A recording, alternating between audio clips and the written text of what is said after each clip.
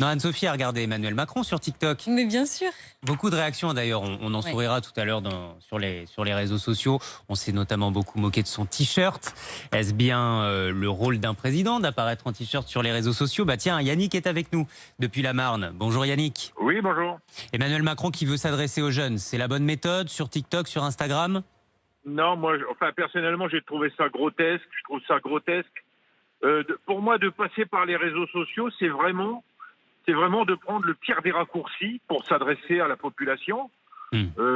Excusez-moi, mais je sais pas, peut-être que bientôt il va nous faire des spots pour, je sais pas, pour nous apprendre à mettre des pneus hiver l'hiver, pour trier nos emballages. Enfin, pour moi, c'est grotesque. Le couteau suisse. Mais Yannick. non, mais faudrait qu'ils comprennent que les gens n'ont plus confiance parce que cette crise a démarré par des mensonges. Donc, c'est le moins bien placé, Yannick, pour répondre aux doutes et aux inquiétudes. Excusez-moi, je veux pas être. Si, je veux être direct. Faudrait qu'il se taise un petit peu. Ouais. Personnellement, je veux dire, le lundi, il insulte les gens. Le mardi, il se place en donneur de leçons, en personne qui peut répondre à tout. En plus, ça énerve les gens, cette espèce d'ego démesuré du monsieur je sais tout. Non, je pense qu'il faut qu'il se fasse modeste, qu'il parle aux gens de façon correcte, qu'il n'ait pas de mépris, qu'il n'ait pas de jugement. C'est peut-être aussi, Yannick, un peu réducteur pour les jeunes, parce que finalement, ils ont peut-être aussi envie qu'on s'adresse à eux de manière adulte, pas forcément sur les réseaux sociaux ou avec McFly et Carlito. Moi, c'est du niveau de McFly et Carlito. Moi, vous savez, j'ai des enfants qui sont pas dupes.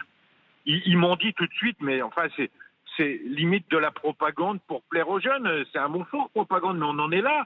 Et le problème, c'est qu'aujourd'hui, les politiques gouvernent par de la communication et les gens en auront le bol. Donc vos enfants, pas convaincus par ces questions-réponses d'Emmanuel Macron. Vous non plus? C'est cousu de fil blanc, tout ça. Non, qu'on fasse intervenir des professionnels de la santé qui, voilà. Vous avez davantage confiance dans la médecine, dans la science, dans ceux qui ont fait ces études, les épidémiologistes, les virologues? Confiance, vous savez, c'est difficile à notre époque d'avoir confiance en qui que ce soit aujourd'hui, vu je le répète, cette crise a commencé par des mensonges et il va falloir ramer sérieusement pour rattraper ça. Et le problème vient de la confiance des politiques qui montent et qui reviennent 2 jours après comme si de rien n'était.